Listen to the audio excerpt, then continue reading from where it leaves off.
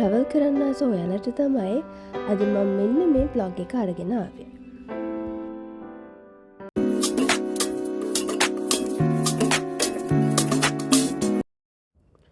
අපි යන්න පිටත් වුණේ මන්දාරම් නුවර ලස්සන තැන් දෙකක් බලන්න. වාහනේ යන්න පුළුවන් එක සීමාවක් විතරයි තිබුණේ. අපි ගමන ඉතුරු ටික ගියේ සෆාරි කැබ්ස් වලින්.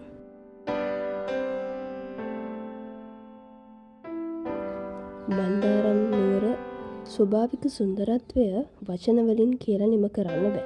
ස්වභාව සෞන්දර්යවත්වයෙන් පිරුණු මේ දර්ශන අපේ ඇස්වලට සහ මනසට ලොකු සුවයක් ගෙනල්ලා දුන්නා. වාහනේ යන්න පුළුවන් ප්‍රමාණයක් ගිහිල්ලා ඉතුරු ටික අපි යන්න ගත්තේ පයින්.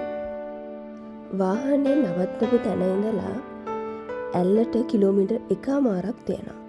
මේ පාර නම් පොඩ්ඩක් කැඩිලා හරිම පටු පාරකින් තමයි යන්න තියෙන්නේ.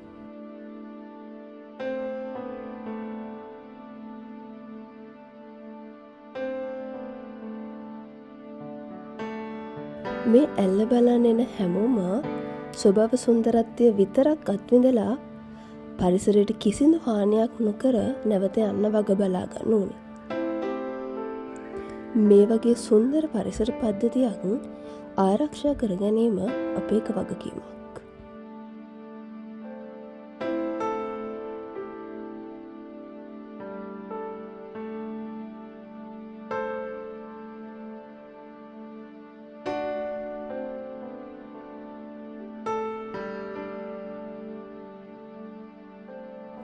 දිගු ගමනක අවසානයේ අපි ආවා අන්න අර පේන කොළපත් ඇල්ල බලන්න.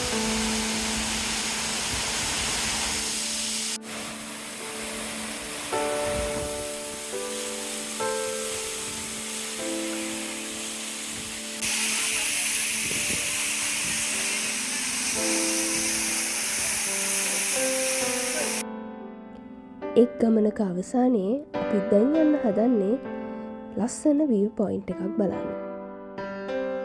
මන්දාරම් නුවර සුන්දරත්වය වචන වලින් කියලා නිම කරන්න බෑ. ඒක ඇස් දෙකෙන්ම දකින්න ඕනේ.